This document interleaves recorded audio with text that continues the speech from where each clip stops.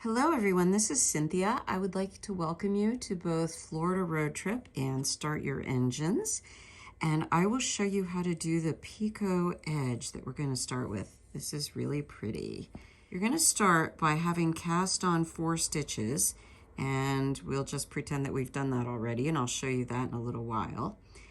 So what you're going to do is start by taking the first stitch off the needle and putting a bead over a crochet hook and then putting the stitch through that bead by using the crochet hook.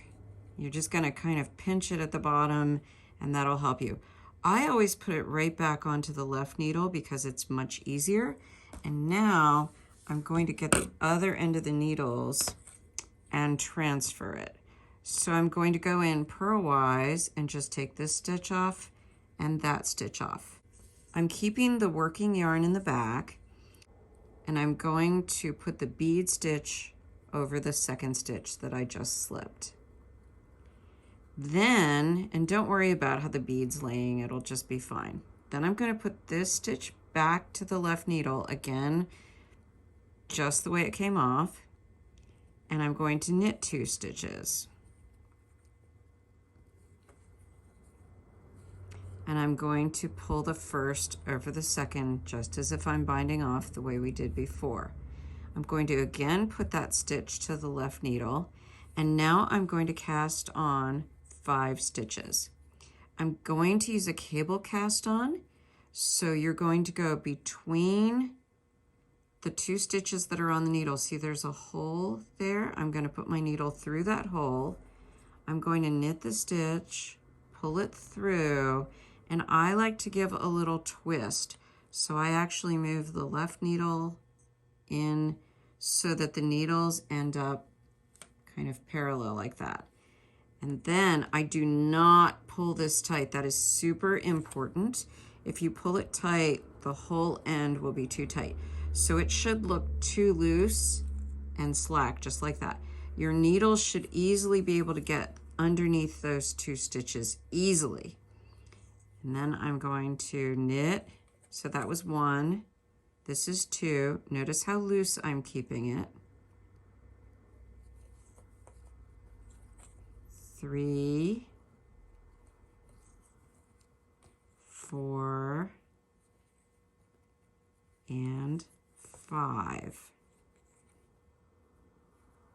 And now I'm going to go back to putting a bead over that first stitch.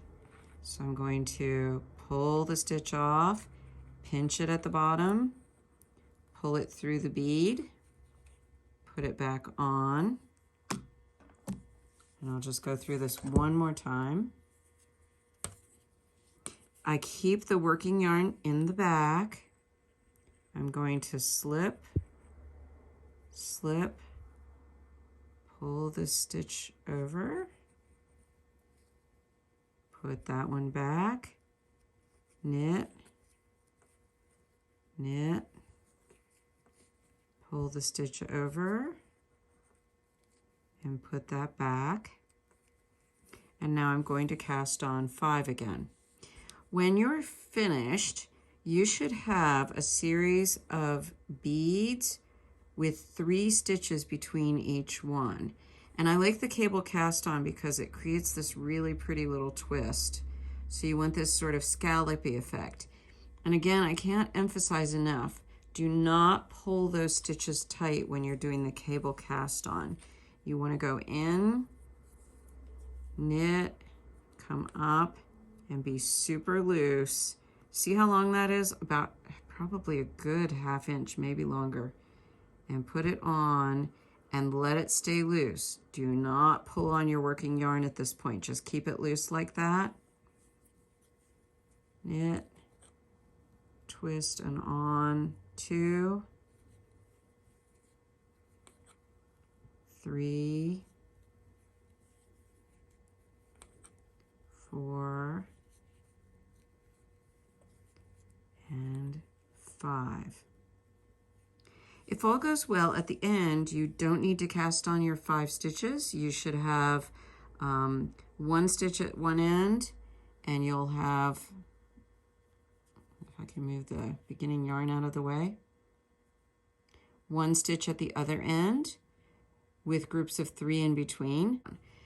That's all there is to it. When you are going to work your next row, be sure that everything is facing the same way and not twisted. It's very easy to do something like that.